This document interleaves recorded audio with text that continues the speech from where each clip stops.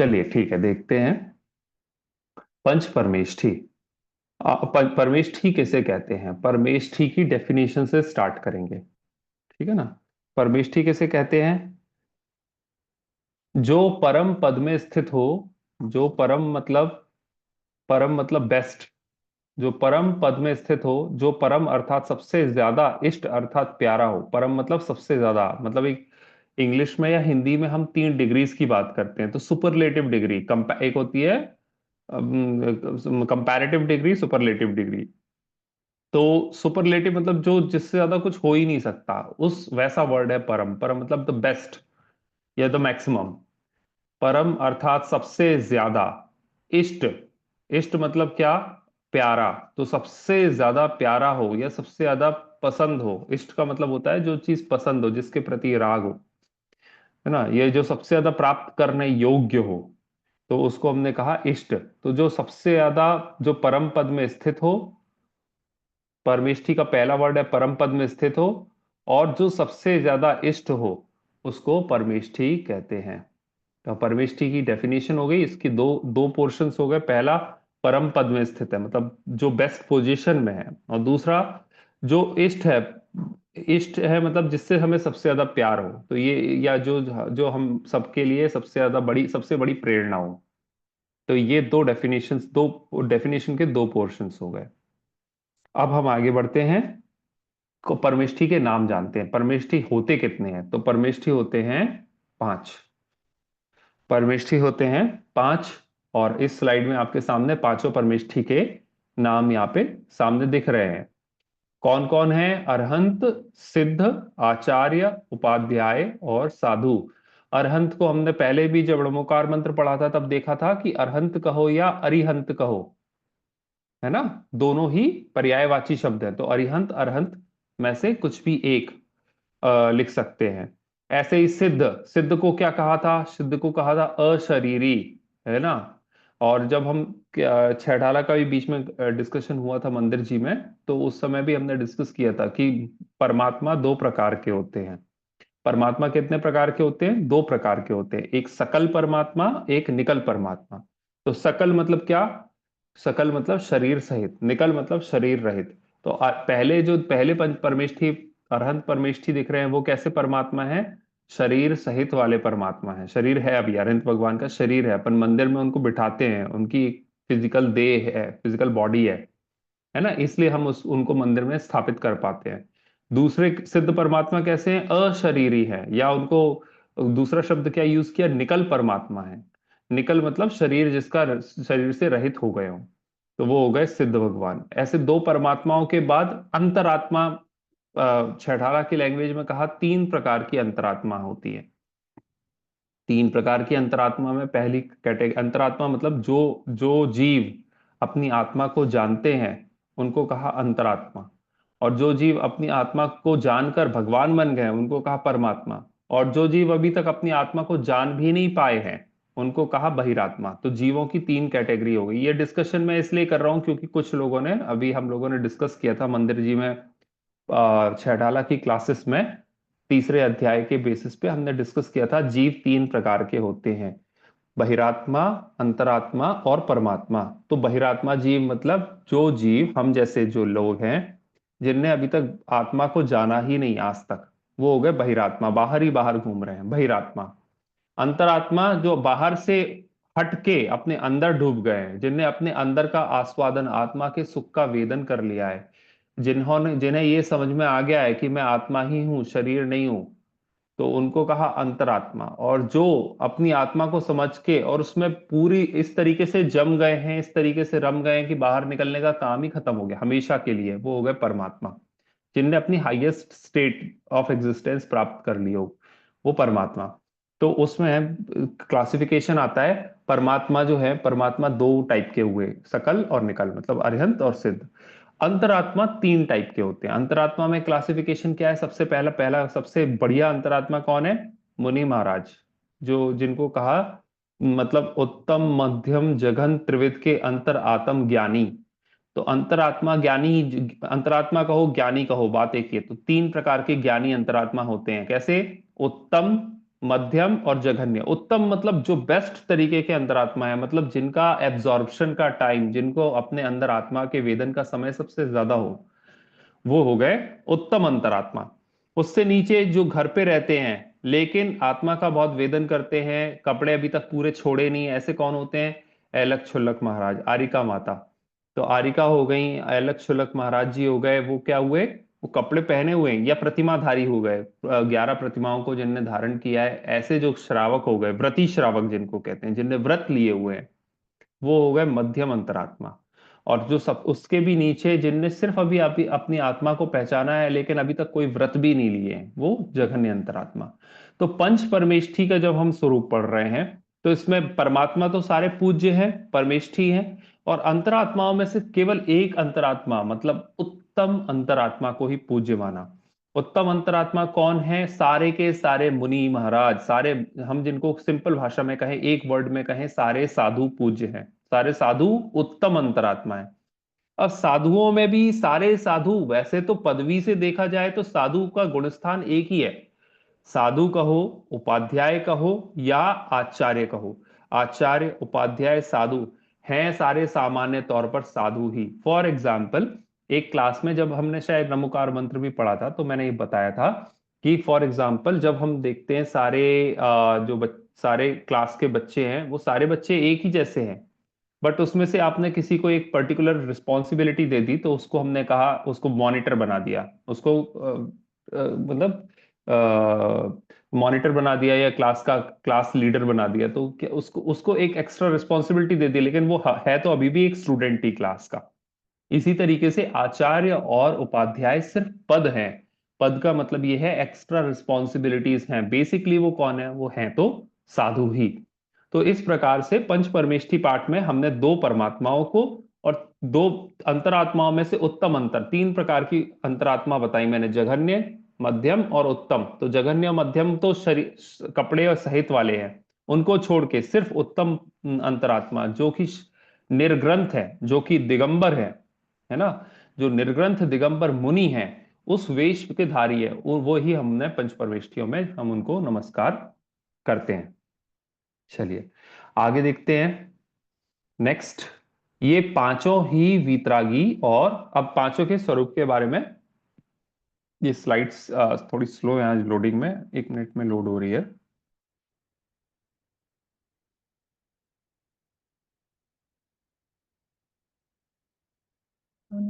अच्छा, हम ये पांचों ही वितरागी और ज्ञानी हैं।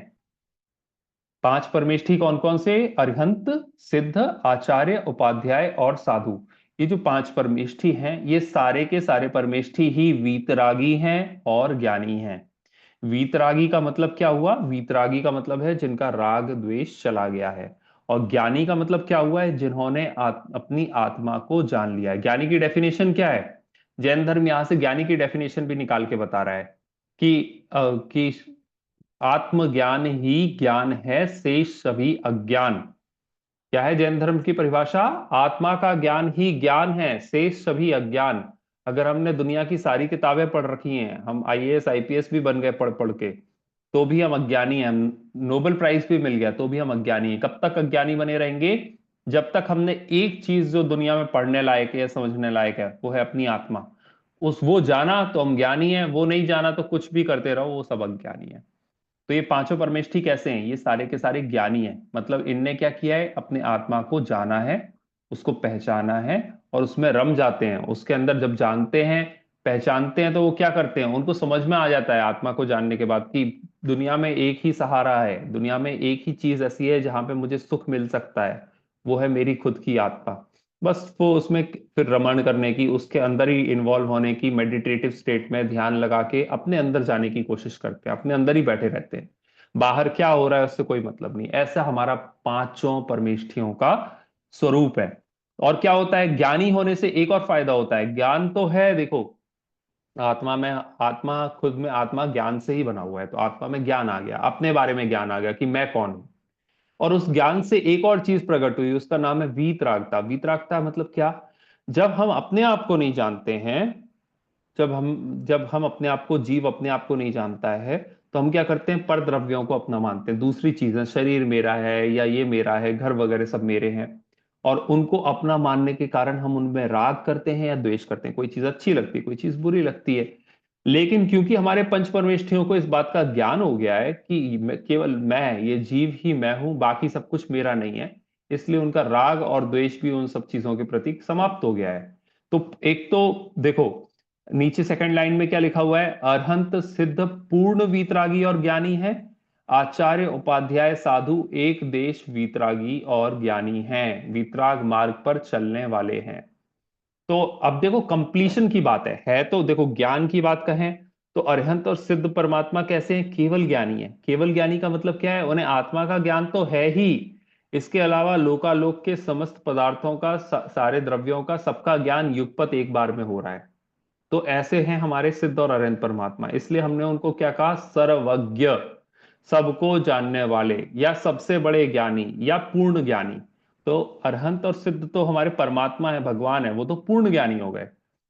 और हमारे जो बाकी के मुनि महाराज हैं, आचार्य परमेष्ठी, उपाध्याय परमेष्ठी और साधु परमेष्ठी, वो कैसे हैं, तो उनमें अभी ज्ञान की पूर्णता नहीं हुई है। ज्ञान की पूर्णता नहीं है मतलब उन्हें अपने आत्मा का ज्ञान हो गया है, और उन्हें बहुत सारे शास्त्रों का भी थोड़ा थोड़ा ज्ञान हो गया है। और जैसे जैसे उनकी साधना बढ़ती जाती है, साधना बढ़ती जाती है, जैसे जैसे वो मोक्ष के नजदीक आते जाते हैं, उनका ज्ञान पूर्णता की ओर जाता जाता है, धीरे धीरे पूर्ण होता है, और अरहंत बनने पे पूरा पूर्ण हो जाता है, सर्वज्ञता आ जाती है, केवल ज्ञान हो जाता है।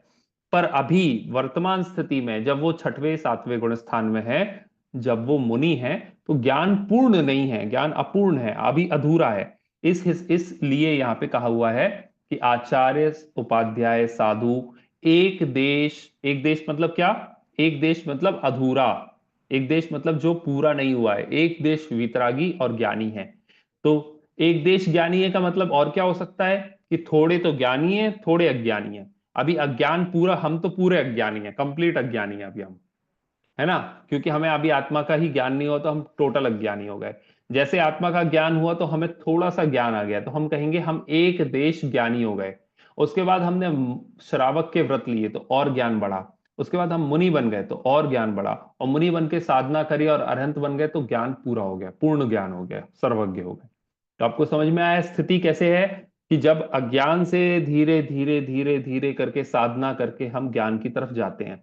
इसी तरीके से ये तो हो गई ज्ञान पर्याय, आत्मा में बहुत सारे गुण हैं, तो आत्मा का एक गुण है ज्ञान गुण, ज्ञान गुण भी धीरे धीरे पूर्ण होके पूर्ण ज्ञान हो जाता है, सर्वज्ञता हो जाती है। इसी प्रकार वीतरागता, तो जैसे हम हैं, अब हम, हमारे अंदर वीतरागता का अंश भी नहीं है, हम पूरे 100% रागी द्वेषी हैं। क्यों हैं, क्योंकि हम आज तक अपनी आत्मा को नहीं जानते। जब आत्मा को ही नहीं जानते तो जो कुछ बाहर मिलता है, जो कुछ बॉडी से लेके हमारी सराउंडिंग्स में, हमारे हमारी जो फैमिलीज हैं, फ्रेंड्स हैं, उसके अलावा जो मटेरियल प्रॉपर्टीज हैं, सब में हम दौड़ दौड़ के अपनापन करते हैं, ये मेरा, ये नहीं है मेरा।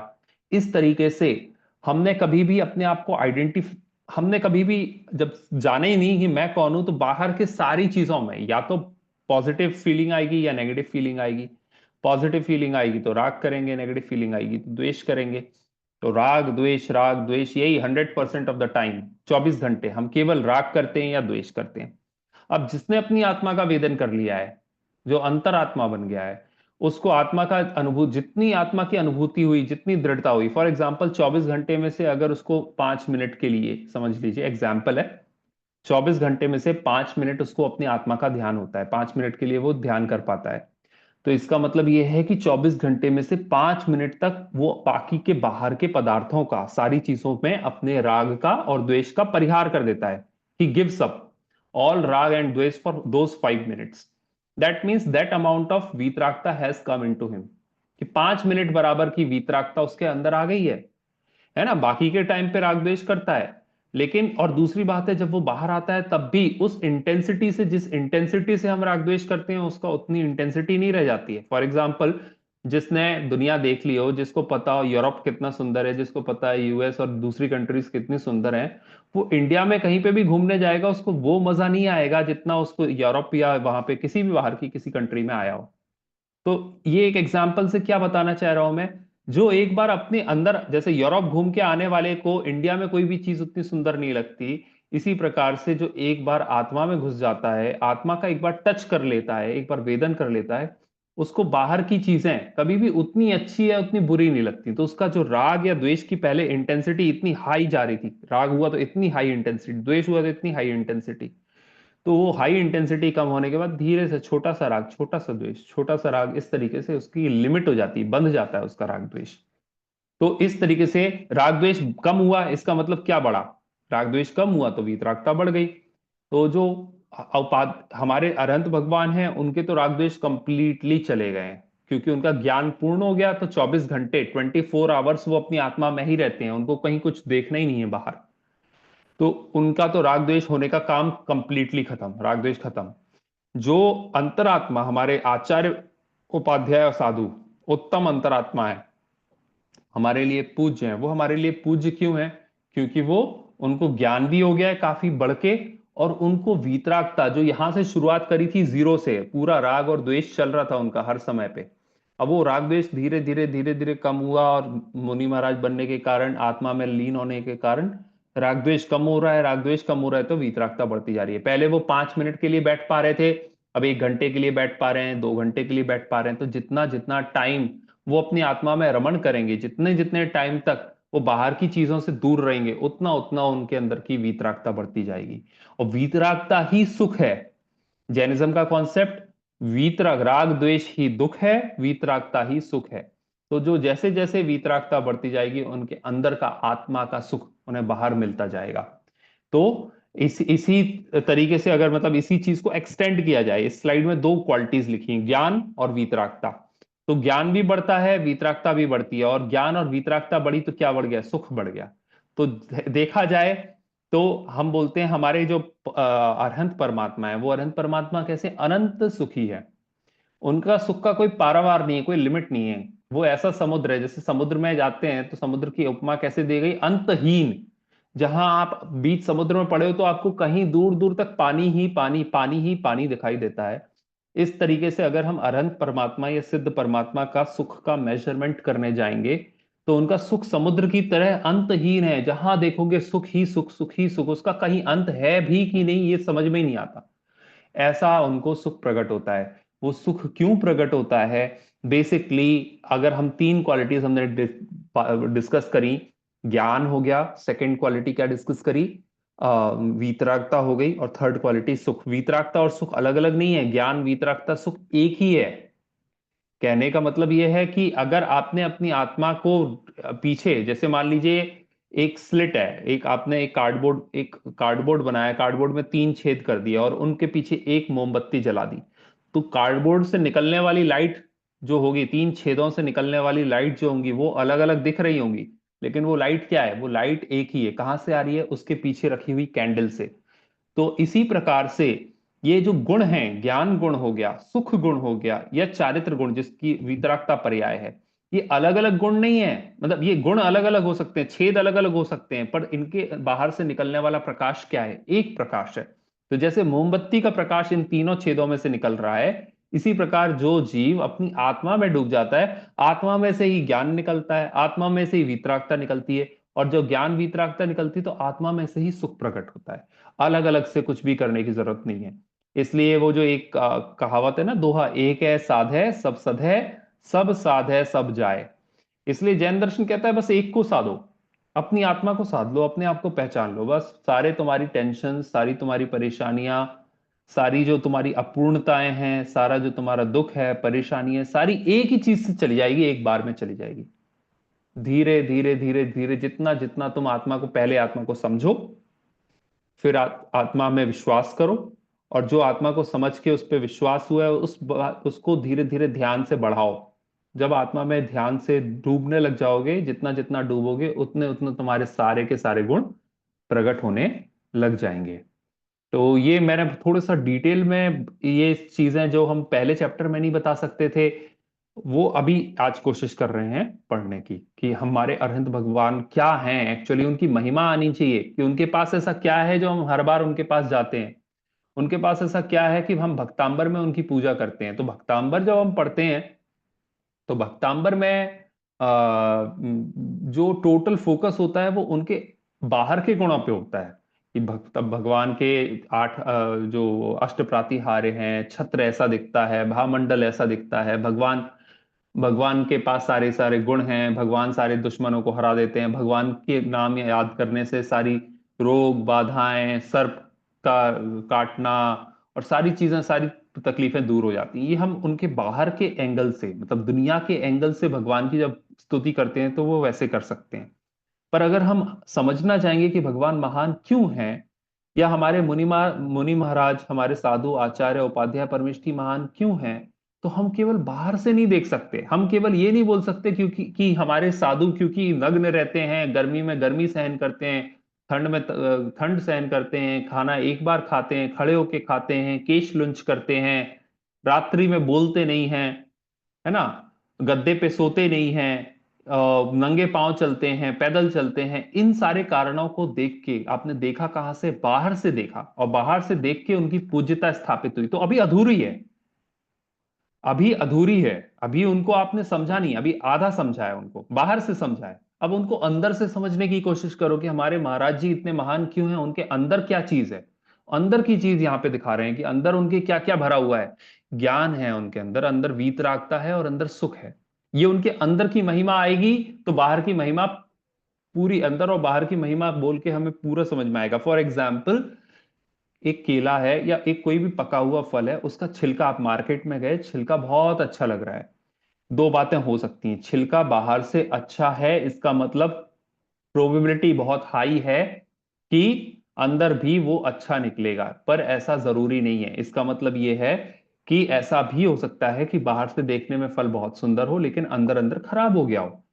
तो बाहर के गुण ऐसे ही होते हैं, बाहर से देखने में हो सकता है कि कोई ऐसा दूसरे धर्म का कोई भी व्यक्ति हमें बेवकूफ बनाने के लिए व्रत धारण कर ले, दिगंबर पर्याय धारण कर ले, लेकिन अगर उसके अंदर वीतरागता का, सुख का और ज्ञान का अभाव, प्रभाव का का असर नहीं होगा, ये चीजें उसके अंदर नहीं होंगे, तो बाहर की चीजों से केवल अच्छा दिखने की कोशिश हो सकती है, लेकिन सच्चा पूज्यपना उसके अंदर नहीं आएगा। पूज्यता के लिए अंदर भी चाहिए और बाहर भी चाहिए। एक भी चीज मिसिंग हुई तो फिर पूरी पूज्यता नहीं रहती। तो हमें ऐसा फल चाहिए जैसे कि जिसका छिलका भी अच्छा हो, ऊपर से भी खराब ना हो रहा हो, और जिसके अंदर भी अच्छा हो। इसी प्रकार से जो भी पंच परमेष्ठी हैं, उनका जो स्वरूप है वो अंदर से भी हमें जानना चाहिए, बाहर से भी हमें जानना चाहिए, और दोनों में दोष रहित जानना चाहिए। दोष अगर बाहर हैं या दोष भीतर हैं तो फिर पूज्यता पे असर आता है। चलिए आगे चलते हैं पंच परमेष्ठी का, अब एक एक करके। देव और गुरु, जो हमने डिस्कशन कर लिया है थोड़ा सा। Just एक मिनट। हाँ, देव और गुरु, तो सिद्ध देव हैं, आचार्य उपाध्याय साधु गुरु हैं, और अरिहंत देव भी हैं और गुरु भी हैं। अब ये क्लासिफिकेशन कैसे हो गया? अभी हमने दूसरा क्लासिफिकेशन पढ़ा था, वो क्लासिफिकेशन कहा था परमात्मा और अंतरात्मा। तो हमने बोला था परमात्मा या देव, जिसको परमात्मा कहा, देव दो प्रकार के होते हैं। और अभी हम कहने लगे कि नहीं नहीं, देव जो है, देव दो प्रकार, जो अरहंत परमात्मा है वो देव भी हैं और वो गुरु भी हैं। तो ऐसा क्यों कहा, क्वेश्चन ये उठता है यहाँ पे। बाकी तो क्लियर है, देखो, सिद्ध भगवान केवल देव हैं, आचार्य उपाध्याय साधु तो केवल गुरु हैं, वो अभी देव नहीं बने हैं। क्यों, क्यों गुरु क्यों है? क्योंकि एक तो पहली बात, गुरु किसको कहा? जिसमें गुरुता होती है। गुरुता मतलब क्या होता है? बड़ापन।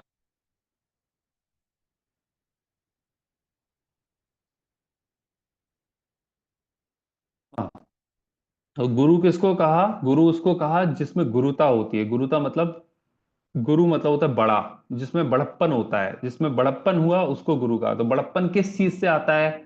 अभी जो डिस्कस किया कि बड़प्पन अंदर की चीजों से और बाहर की चीजें, दो चीजें उनके पास है। अंदर, उनके अंदर क्या है? ज्ञान है, वीतरागता है और सुख है। बाहर क्या है? उनके व्रत हैं। बाहर से देखो तो कितने महान तपस्वी, महान व्रती हैं। तो दोनों कारणों से उनके गुरुपना आता है। और वो गुरुपना क्यों आता है?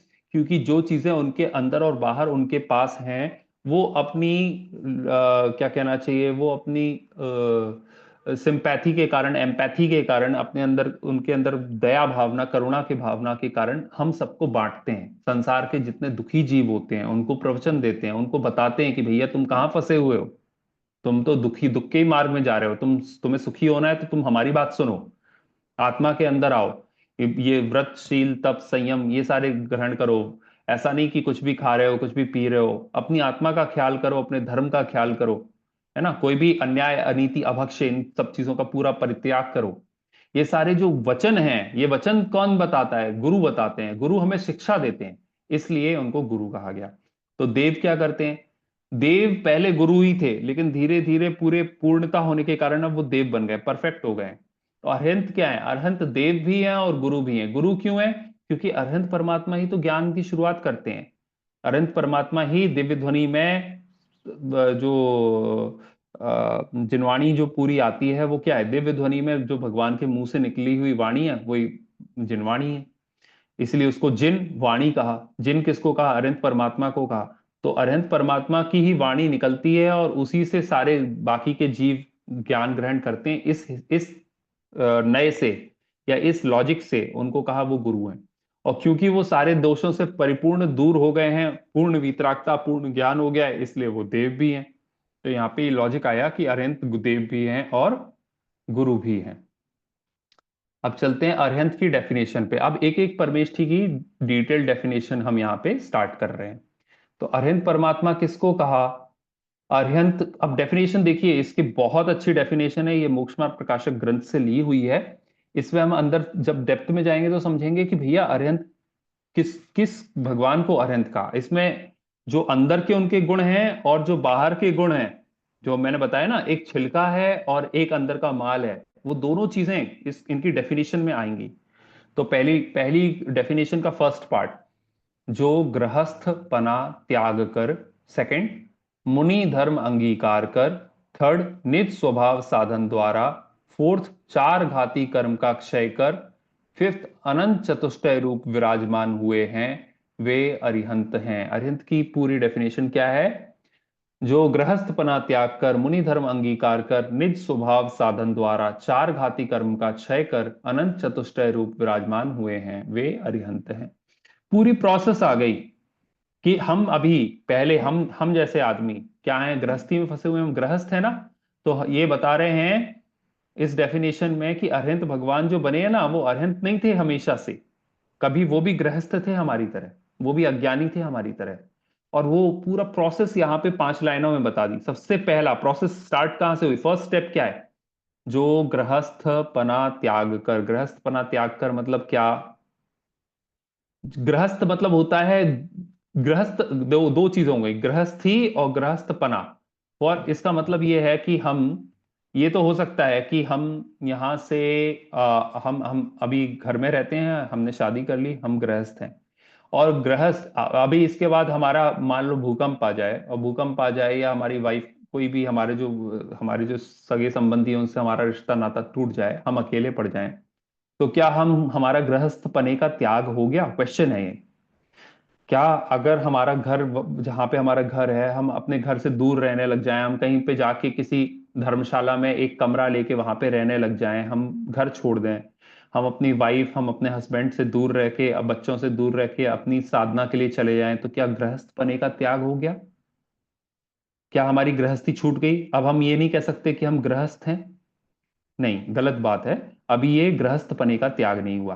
क्यों? क्योंकि गृहस्थी अलग चीज है, गृहस्थपना अलग चीज है ना। तो फॉर एग्जाम्पल हम बोलते हैं, क्या बच्चों जैसी बातें कर रहे हो? कोई अगर बड़ा 18-20 साल, मतलब जो एडल्ट हो गया है, वो एडल्ट भी अगर बच्चों जैसी हरकतें करे या बच्चों जैसी बातें करे, तो क्या बोलते हैं? ये बोलते हैं कि अभी भी, मतलब बड़े हो गए हो लेकिन बचपना नहीं गया। तो बचपना मतलब क्या? बचपना मतलब वो बच्चे की एज नहीं, बचपना मतलब वो बच्चा जैसी हरकतें करता है, वो हरकतें अभी तक नहीं गई ना, तो वो बचपना नहीं गया। इसी प्रकार से गृहस्थपना मतलब क्या? गृहस्थ जैसी हरकतें जब तक नहीं छूटेंगी ना, तो गृहस्थपना नहीं जाएगा। चाहे आप घर छोड़ दो, चाहे आप परिवार छोड़ दो, और घर और परिवार छोड़ के कहीं पे जंगल में रहने लग जाओ, झोपड़ी बना के रहने लग जाओ, किसी कमरे में रहने लग जाओ, गृहस्थपना नहीं छूटता। क्यों? क्योंकि गृहस्थपना मतलब होता है परिग्रह के प्रति आसक्ति। कोई भी मेरा है, मेरे को ये चीज चाहिए, ऐसी जो वांछा है, ऐसी ऐसा जो लोभ है, उसको कहा गृहस्थपना। मोह को कहा गृहस्थपना। तो सबसे पहले मोह को छोड़ो, राग द्वेष को छोड़ो इन सब चीजों के प्रति। परिग्रह में जो मूर्छा भाव है, परिग्रह में जो आसक्ति है कि ये चीजें मुझे जुटानी है, ये चीज मेरी है, ये मेरा है, ये मेरा है, ये मेरा मेरा करना छोड़ो, उसको कहा गृहस्थपना छोड़ो। तो पहले हमारे भगवान अरिहंत कैसे बने? पहला काम उनने क्या किया? सबसे पहले गृहस्थपना छोड़ा, मतलब मोह को छोड़ा, परिग्रह में अपना भाव छोड़ा कि ये मैं हूं, ये मेरा है, ये मेरा है, ऐसा मानना छोड़ा। वो मान्यता छोड़ी, पहला स्टेप हो गया। दूसरा स्टेप क्या किया? वो छोड़ने के बाद धीरे धीरे फिर मुनि बन गए। सेकंड स्टेप, यहां से शुरुआत की, थोड़े आगे बढ़े, फिर मुनि बने। फिर मुनि बनने के बाद किया, मुनि धर्म अंगीकार किया। मुनि एक धर्म है, गृहस्थ एक धर्म है, मुनिपना एक धर्म है। धर्म का मतलब क्या है? यो धरती उत्तमे सुखे। धर्म मतलब एक मार्ग है। धर्म मतलब एक एक आपको, धर्म मतलब मार्ग है सुख के लिए। तो जो मुनि धर्म मतलब मुनि, मुनि बन के मोक्ष का जो मार्ग बताया गया है, मुनि मुनिचर्या बताई गई, उसका पालन किया। मुनि व्रत बताया गया, उसका पालन किया, उसको अंगीकार किया। और ये करने के बाद ये सेकंड स्टेप हो गया। फिर इसके बाद आगे कैसे बढ़े? निज स्वभाव साधन द्वारा। साधन मतलब होता है इंस्ट्रूमेंट। अब मुनि तो बन गए, मुनि बनने के बाद अरिहंत बनना है, तो हमें कोई रस्सी चाहिए, हमें कोई सीढ़ी चाहिए, कोई लिफ्ट चाहिए, ताकि हम ऊपर बढ़ पाए। अरिहंत बनने के लिए ऊपर चलना है ना, ऊपर ऊपर ऊपर ऊपर चलना है, तो ऊपर कैसे पहुंचेंगे? तो ऊपर जाने के लिए जो साधन है, वो साधन क्या है? निज स्वभाव साधन द्वारा। निज मतलब होता है स्वयं, स्वभाव मतलब होता है नेचर। हमारा खुद का नेचर ही साधन है। क्या है हमारा नेचर? हम कौन है? हम तो आत्मा है, सोल है। हमारा नेचर क्या है? जानना देखना, जानना देखना, जानना देखना, यही हमारा नेचर है। To know, to see, to know, to see. बस ऑब्जर्वर, एक न्यूट्रल ऑब्जर्वर बने रहना, वो हमारा स्वभाव है। सुख हमारा स्वभाव है, तो ज्ञान दर्शन सुख, to be blissful, to be happy always is our nature. तो अपने ही नेचर का सहारा, अपने ही नेचर की रस्सी पकड़ के, उसका सहारा लेके, या उस सीढ़ी पे चढ़ के, अपने नेचर की सीढ़ी पे चढ़ के हमें ऊपर बढ़ना है। तो निज स्वभाव साधन द्वारा, अपने ही स्वभाव को साधने से, साधन मतलब साधना करने से, या उसका उसका उसकी क्या कहना, हेल्प लेके, चार घाती कर्म का क्षय कर। और जब हम अपनी आत्मा के स्वभाव का साधन करते हैं, हम अपनी आत्मा में इंट्रिंसिकली मर्ज होने की, निमग्न होने की कोशिश करते हैं, तो क्या होता है? उसके बाद चार घाती कर्मों का क्षय कर। धीरे धीरे कर्म हिलने लगते हैं। अब कमाल की बात है कि कर्म थर थर कांपते हैं, खुद छोड़ भागते हैं। तो जब आत्मा की, कोई भी जीव अपनी आत्मा की साधना करता है, तो ये कर्म बेचारे बहुत कमजोर हो जाते हैं, और वो जीव को छोड़ के भागने लगते हैं। तो हमारे 8 कर्म है, 8 कर्मों में से 4 घातिया कर्म है और 4 अघातिया कर्म है। घातिया कर्म वो कर्म कहलाते हैं जो कि आत्मा के गुणों का घात करते हैं। वो भी हम आगे पढ़ेंगे कर्म चैप्टर में कभी। तो वो जो 4 कर्म है, उसके वो 4 कर्म जब तक नहीं छूटते तब तक अरहंत नहीं बनते। और बाकी के बचे 4 कर्म जब तक नहीं छूटते तब तक सिद्ध नहीं बनते। तो पहले 8 कर्मों में से सबसे पहले 4 कर्म छूटते हैं तो अरहंत बन जाते हैं, फिर बाद में फिर और 4 छूट जाते हैं तो सिद्ध बन जाते हैं। इनको कहते हैं घातिया कर्म। घातिया कर्म क्यों कहते हैं? क्योंकि इन कर्मों ये कर्म क्या करते हैं? आत्मा के गुणों का घात करते हैं। आत्मा का गुण क्या है? सुख। आत्मा में अंदर कैलिबर है सुख होने की, आत्मा में कैलिबर है ज्ञान होने की, आत्मा में कैलिबर है दर्शन होने की। तो ज्ञान दर्शन सुख और वीर्य, ये 4 क्वालिटीज जो आत्मा में हैं, होती हैं, हमेशा से हैं, हमारे अंदर भी हैं, उनको एक्सप्रेस नहीं होने देते ये 4 कर्म, बादल की तरह ढक देते हैं। तो जैसे सूरज है, पर सूरज के नीचे बादल हैं, और बादलों के कारण हमें यहाँ पे सूरज की किरणें नहीं दिखाई दे रही हैं नीचे पृथ्वी पर। तो क्या सूरज वहां पे एग्जिस्टेंस खत्म हो गया क्या सूरज का? नहीं, सूरज तो वहीं पे है, पर क्योंकि बादलों की ओट है, इसलिए सूरज अपने आप को व्यक्त नहीं कर पा रहा है, it is not visible at that time. तो इसी प्रकार से यहाँ पे आत्मा है, और आत्मा के बाद ये बादलों का एक 4 घाती कर्मों का एक पर्दा है, जिसके कारण नीचे ज्ञान दर्शन सुख और वीर्य, ये 4 क्वालिटीज एक्सप्रेस नहीं हो पा रही, पर एक्चुअली एग्जिस्ट करती हैं।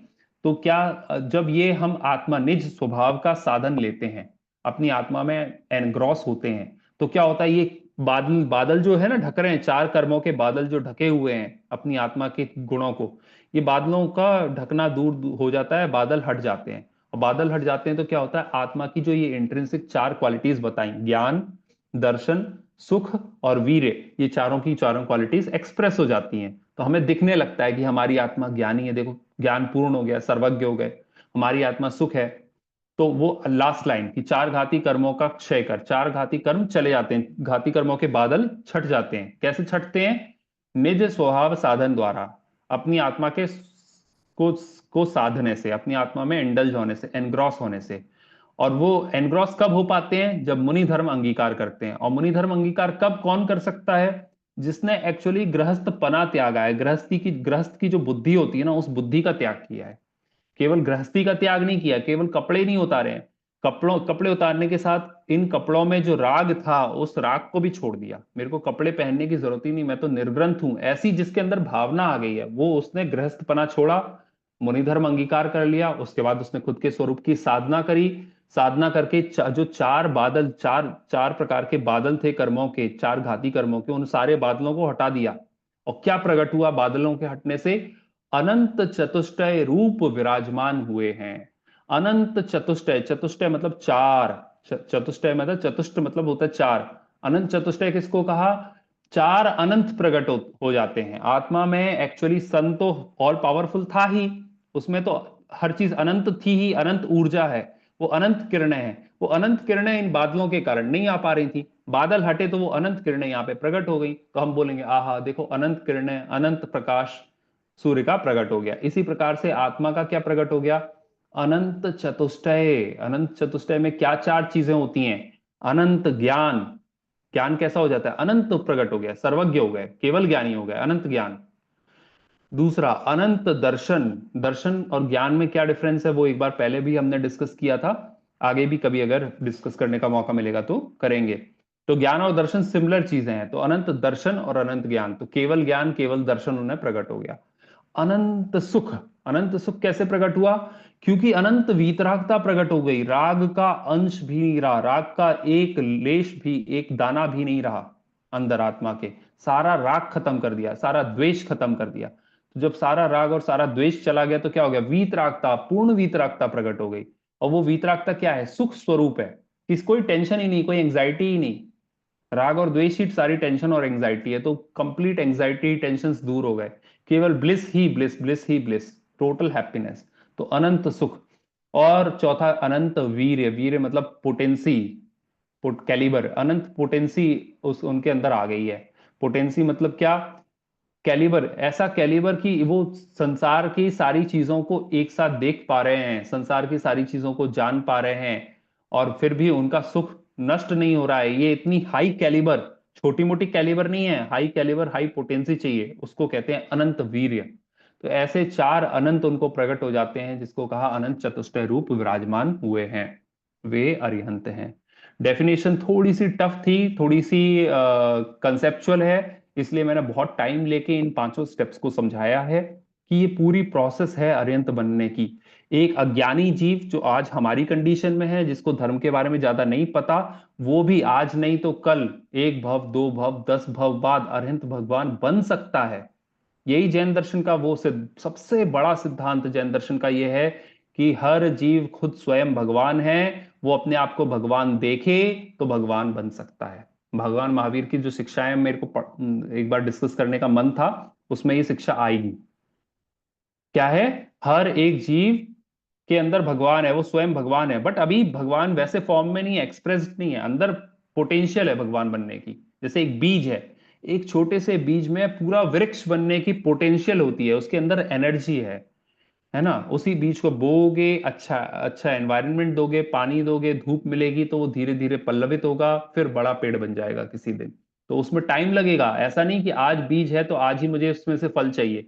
नहीं, अभी तो बीज है, बीज बोओगे, फिर बीज बोने से फिर अंकुरित होगा, अंकुरित होने के बाद छोटा पेड़ बनेगा, पौधा बनेगा, पौधा फिर बड़ा बनेगा, फिर उसमें फूल आएंगे, फिर उसके बाद फल आएंगे। प्रोसेस में हो सकता है 10 साल 15 साल भी लग जाएं, लेकिन इसमें पोटेंशियल पूरा है आज इस बीज में। इसी प्रकार से हर एक जीव में पोटेंशियल पूरा है अरिहंत बनने का। वो पोटेंशियल को एक्सप्रेस करना है हमें, उसको ऐसी कंडीशंस, ऐसी क्वालिटीज देनी है, ऐसी सर्कमस्टेंसेस देने हैं कि वो हम हमारी आत्मा ग्रूम कर पाए और कल के दिन अरिहंत बन जाए। उसकी पूरी प्रोसेस क्या आपको फॉलो करनी है इस छोटे से बीज को पेड़ बनाने के लिए, वो पूरी प्रोसेस दी है कि सबसे पहले गृहस्थपना छोड़ो, मुनि बनो, निज स्वभाव का साधन करो, अपनी आत्मा का ही सपोर्ट, उसी की रस्सी से ऊपर चढ़ना है। चार घाती का क्षय हो जाएगा और उसके बाद अनंत चतुष्टय प्रकट हो जाएंगे। ये हो गई क्वालिटीज। अब चार घाती कर्म और अनंत चतुष्टय ये सामने आमने सामने दिए हुए हैं। ये रिवीजन है पिछली स्लाइड का, क्योंकि वो तो डेफिनेशन थी तो समझ में नहीं आ रहा था, मैंने सब चीजें ओरली बता दी थी। यहाँ पे लिखा हुआ है चार घाती कर्म कौन कौन से, ज्ञानावरण, दर्शनावरण, मोहनीय और अंतराय। ये चार कर्म है, चार बादल है। अब ये चार बादल चार ऊपर की जो आत्मा है, आत्मा की चार क्वालिटीज को ढके हुए हैं, चार क्वालिटीज को एक्सप्रेस नहीं होने देने दे रहे हैं। तो ज्ञानावरण जो है, ज्ञानावरण ज्ञान का आवरण है, आवरण मतलब पर्दा, या आवरण मतलब ढकने वाला। तो ज्ञान को ढकने वाला बादल है वो। तो जब हम आत्मा की साधना करते हैं तो ये जो बादल है ये टूट जाता है, ज्ञानावरण चला जाता है। ज्ञानावरण चला गया तो क्या हो गया, जो आत्मा की इंटेंसिटी ज्ञान की थी, वो पूरी की पूरी इंटेंसिटी उनकी उसकी पूरी पूरी कैलिबर बाहर एक्सप्रेस हो जाती है। तो क्या प्रकट हो जाता है, अनंत ज्ञान। तो ज्ञानावरण गया, अनंत ज्ञान प्रकट हुआ। ऐसे ही देखिए, दर्शनावरण गया तो अनंत दर्शन प्रकट हो गया। मोहनीय गया, मोहनीय कर्म क्या है, मोहनीय कर्म ही सारी, मोहनी मतलब मिथ्यात्व और कषाय। मोहनी को दो दो पार्ट्स में डिवाइड कर सकते हैं, मिथ्यात्व और कषाय। जब हमने कषाय चैप्टर पढ़ा था तब उसमें ये देखा था कि जो मिथ्यात्व 25 भेद पढ़े थे ना, उसमें मिथ्यात्व में सॉरी कषायों में 25 कषायें पढ़ी थी। तो कषाय और मिथ्यात्व इन दोनों शब्दों को मिला के हम कहते हैं मोहनीय कर्म। तो ये जो मोहनीय कर्म चला गया, मिथ्यात्व चला गया, कषायें पूरी चली गई, तो क्या प्रकट हो गया, सुख प्रकट हो गया, अनंत सुख प्रकट हो गया। लास्ट अंतराय, अंतराय मतलब आपकी पोटेंसी का रिड्यूस्ड इफेक्ट। मतलब आपके अंदर कैलिबर है लेकिन वो कैलिबर एक्सप्रेस नहीं हो पा रही, पोटेंशियल एक्सप्रेस नहीं हो पा रहा। तो वो एक्सप्रेस नहीं होने के उसका कर्म कौन जिम्मेदार है, अंतराय कर्म। तो जब हम ये सब काम करते हैं, अरिहंत बनते हैं, तो अंतराय कर्म पूरा चला जाता है और अनंत वीर्य प्रकट हो जाता है। ठीक है। इसके बाद किस घाती कर्म के अभाव से क्या प्रकट हुआ, किस घाती कर्म के अभाव से, ज्ञानावरण के अभाव से अनंत ज्ञान, ये रिवीजन है फिर से। ज्ञानावरण के अभाव से अनंत ज्ञान, दर्शनावरण के अभाव से अनंत दर्शन, मोहनी के अभाव से अनंत सुख और अंतराय के अभाव से अनंत वीर। ऐसे ही चार घातिया कर्म कम हुए और चार अनंत अनंत चतुष्टय प्रकट हो गया। अरहंत के कितने गुण होते हैं, मूल गुण कितने हैं? अब ये क्वेश्चन बहुत सबको आना चाहिए, बेसिक क्वेश्चन है। क्या है, सब सारे सारे हमारे जो पंच परमेष्ठी हैं उनके कितने कितने गुण होते हैं। तो अब अरहंत के गुणों के बारे में चर्चा कर रहे हैं। और अरहंत के कितने गुण होते हैं, 46 मूल गुण होते हैं। और उन 46 में से चार आत्माश्रित हैं, 42 शरीर आश्रित हैं। आत्माश्रित का मतलब क्या है, जो आत्मा में प्रकट होने वाले गुण हैं वो कौन है, आत्माश्रित गुण है। वो कौन है, अभी चार हमने पढ़ लिए, अनंत चतुष्टय। वो अनंत चतुष्टय क्योंकि आत्मा में प्रकट हुए हैं, अनंत ज्ञान आत्मा में हुआ, अनंत सुख आत्मा में हुआ, अनंत वीर आत्मा में हुआ, अनंत दर्शन आत्मा में हुआ, तो ये आत्माश्रित गुण हो गए। बाकी 42 क्या है, शरीर आश्रित। जैसे ही आत्मा, वो जीव आत्मा अरहंत बन जाता है, तो आत्मा में जो अंदर अनंत चतुष्टय प्रकट हुआ, तो बाहर शरीर में भी बहुत सारे चेंजेस आते हैं। सरकमस्टेंसेस में या जो एनवायरनमेंट है उसमें भी बहुत सारे चेंजेस आते हैं। वो चेंजेस क्या होते हैं, जैसे उनके अष्ट प्रातिहार्य प्रकट हो जाता है, समव शरण प्रकट हो जाता है। हर अरहंत भगवान के गंध गुठी या समव शरण का प्रकट होना, इस प्रकार के शरीर कैसा, शरीर अलग प्रकार का शरीर हो जाता है, अपने जैसा शरीर नहीं रहता है ना। शरीर में से दुर्गंध आना, शरीर में से मल श्वेद हो जाना, मतलब ये सर स्वेट निकलना, पसीना आना, या यूरिन पास करना या स्टूल पास करना, ये सब बंद हो जाता है। तो ये जो चीजें बॉडी में चेंजेस आते हैं, ये गुण हैं किनके, अरिहंतों के। बट ये एक्सटर्नल गुण हैं, ये छिलके वाले या जो बाहर की दृष्टि से देखने वाले गुण हैं। अंदर क्या चार चीजें प्रकट हुई, अनंत चतुष्टय, और बाहर क्या प्रकट हुआ, 42 चीजें चेंज हुई। वो क्या क्या है वो हमें भी आगे देखेंगे। चार आत्माश्रित गुण कौन कौन से हैं, अनंत ज्ञान, अनंत दर्शन, अनंत सुख और अनंत वीर। ये सभी अरिहंतों को समान रूप से होते हैं, है ना। आगे 42 शरीर आश्रित कौन से हैं, शरीर आश्रित में केवल ज्ञान के 10 अतिशय, जन्म के 10 अतिशय, देवकृत 14 अतिशय और 8 प्रातिहार्य, ये सब तीर्थंकर अरिहंतों के तो होते हैं, सभी अरिहंतों के नहीं। लिखा हुआ है नीचे नोट में। इसका मतलब ये है कि अरिहंत परमात्मा भी दो प्रकार के हुए, एक तो हो गए नॉर्मल अरिहंत और एक हो गए तीर्थंकर अरिहंत। तो तीर्थंकर अरिहंत कौन है?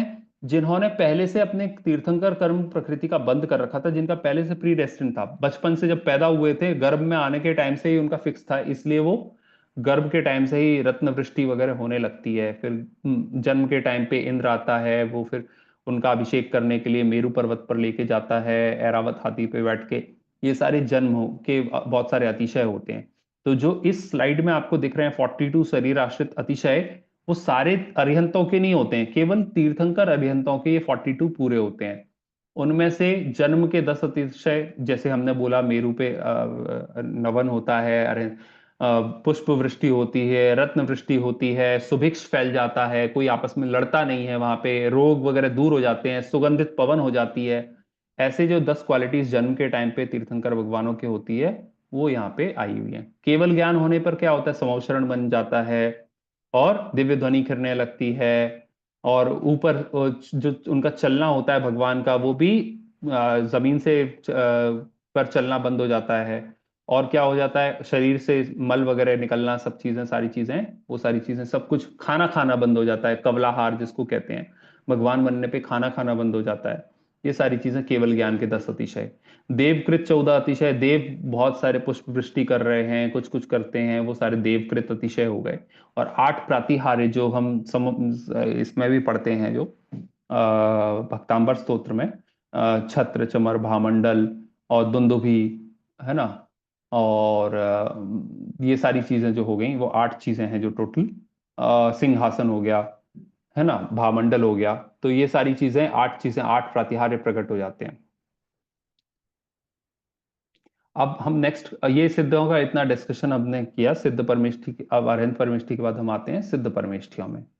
अब अरहंत तो बन गए, अरहंत बनने के टाइम पे हमने क्या किया था? 4 जो घाती कर्म थे उनका क्षय किया था। और कर्म कितने होते हैं? टोटल 8 होते हैं।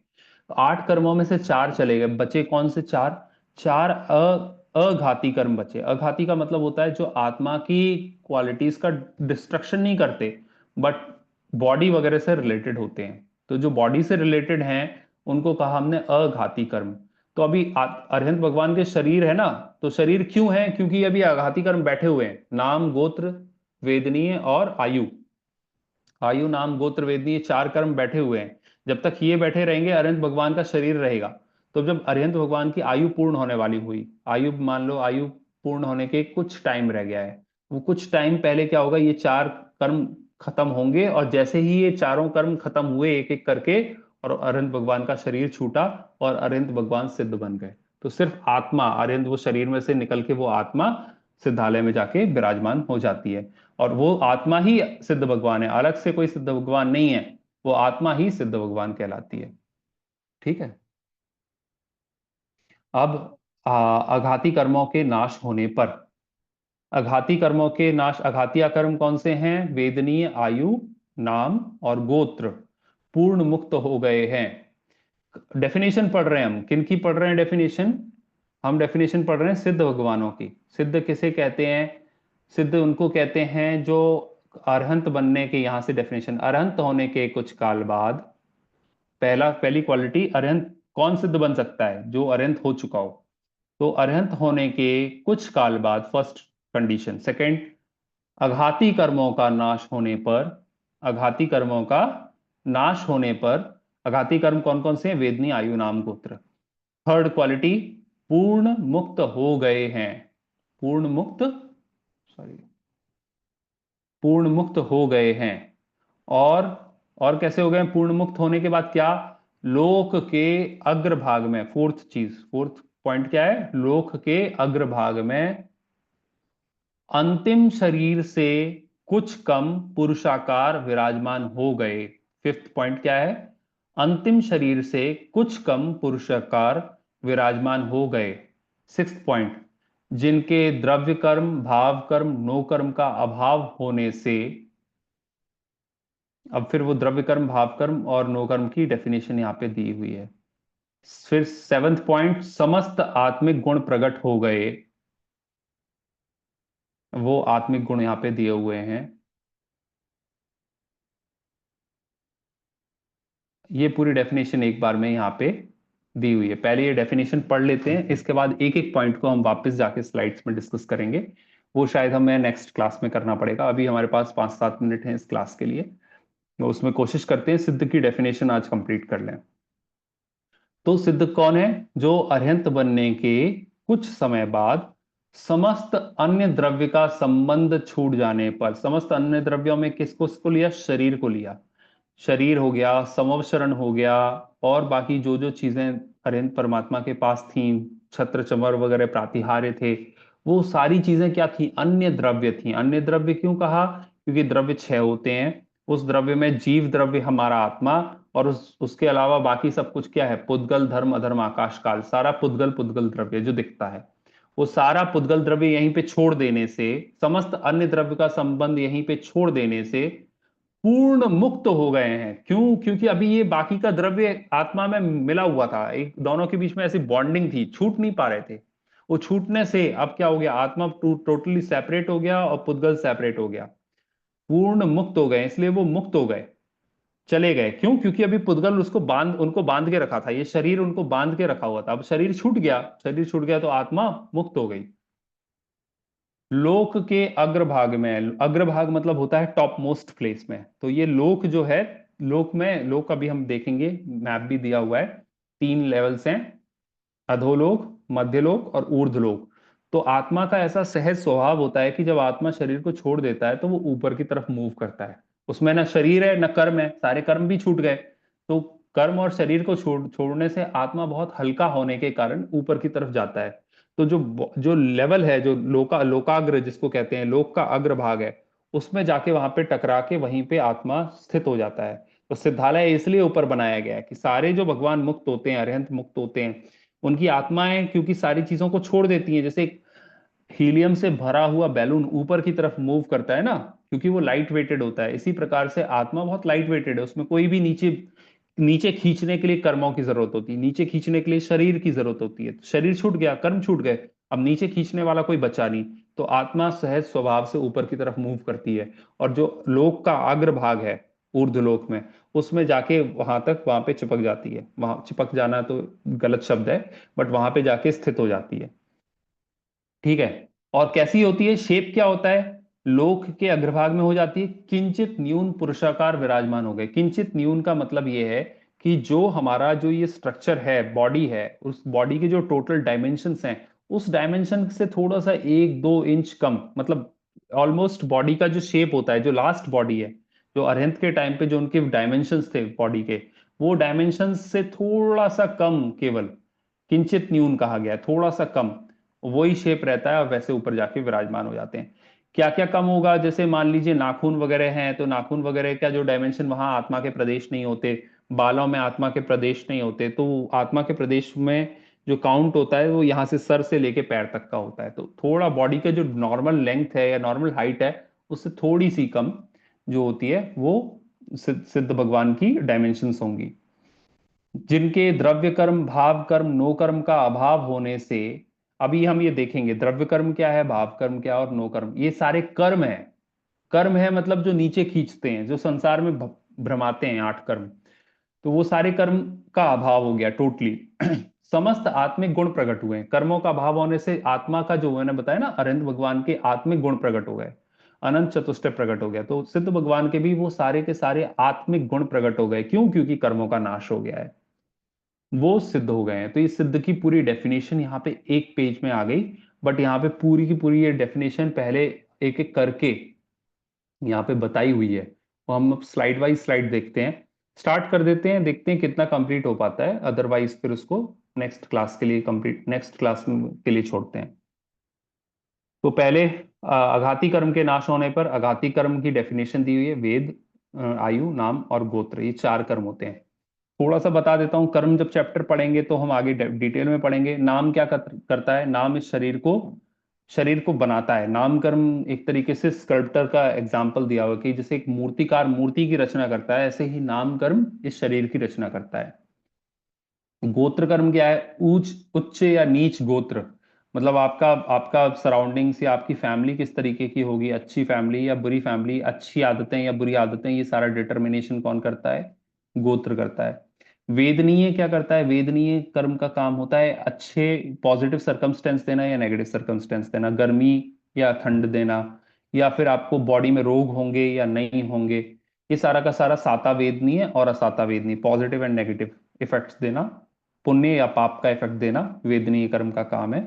और आयु कर्म मतलब वो बताना कितना ड्यूरेशन किसी शरीर में टिकेगा। जैसे फॉर एग्जांपल एक आदमी 75 ईयर्स की एज में उसकी डेथ हुई, तो हम कहेंगे आयु कर्म की जो स्थिति थी वो थी 75 साल।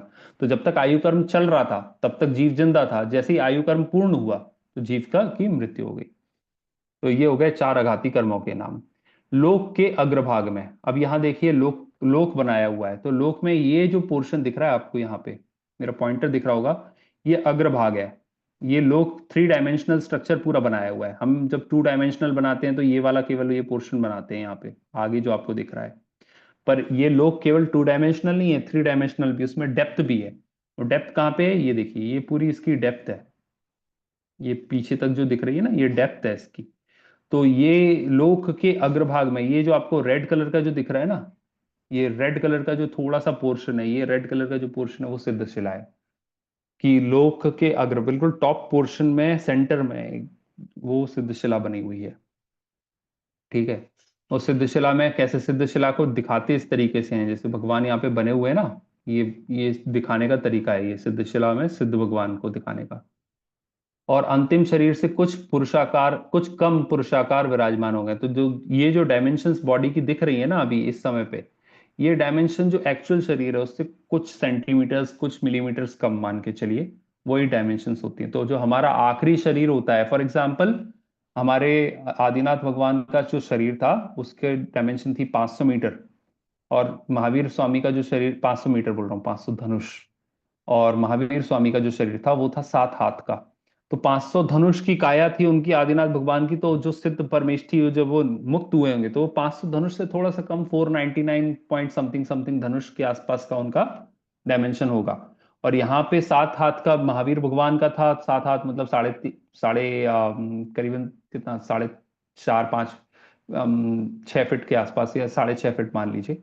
तो जो भी डायमेंशन है उसमें से थोड़ा सा कम। तो थोड़ा सा कम मान के उनकी डायमेंशन अभी सिद्ध परमिष्ठि की, जो महावीर भगवान का जो जीव है सिद्धालय में है, उसकी डायमेंशन कम होगी। लेकिन क्वालिटीज बराबर है। आत्मा छोटी बड़ी नहीं होती है डायमेंशंस में। सिद्ध भगवान बन गए तो उनके उनको आपको दिख रहा है कि छोटा है ये, कोई कोई बड़ा है, लेकिन अंदर की जो क्वालिटीज हैं, अंदर के गुण हैं, उनमें कोई भी छोटा बड़ा नहीं है। दोनों को बराबर से ही सुख हो रहा है, दोनों को बराबर ही ज्ञान हो रहा है। तो ये जो चीजें हैं, ये आत्मिक क्वालिटीज में डिफरेंस नहीं आता। आत्मा के आत्माश्रय जो 4 गुण है उनमें डिफरेंस नहीं आता, बाकी के जो 42 गुणों में जो थोड़ा बहुत डिफरेंस आ सकता है कहीं ना कहीं। ठीक है। जिनके द्रव्य कर्म, भाव कर्म और नो कर्म का अभाव होने से अब कर्मों के 3 प्रकार हैं। ये थोड़ा सा कर्मों के 3 प्रकार और काफी ज्यादा डिटेल्ड डिस्कशन है। अभी आज के लिए छोड़ देते हैं क्योंकि आज का काफी ज्यादा टेक्निकल हो गया है। मुझे लगता है कि आप लोगों को हो सकता है कुछ डाउट्स भी हों या समझ में नहीं आया हो। तो कुछ टाइम ले लेते हैं और इसको रिकैप भी कर लेंगे, जो क्वेश्चंस आपके होंगे। अगर किसी को कोई डाउट है तो वो डिस्कस कर लेते हैं। यहाँ से हम नेक्स्ट क्लास में कंटिन्यू करेंगे। ठीक है। तो अभी पहले क्वेश्चंस किसी के हों ये पूछने के पहले पहले हम जिनवाणी स्तुति कर लेते हैं, क्लास एंड कर देते हैं फॉर्मली। उसके बाद जो छोड़ना चाहता है वो छोड़ सकता है, जिसको कोई डाउट है तो वो रुक सकता है। ठीक है। सभी लोग हाथ जोड़ लेंगे। हे जिनवाणी भारती, तोह जपों दिन रैन, जो तेरी शरणा गए सो पावे सुख चैन। जावाणी के ज्ञान ते सूझे लोकालोक, सो वाणी मस्तक नमो सदा देत हूँ ढोक। 9 बार नमोकार मंत्र पढ़ेंगे।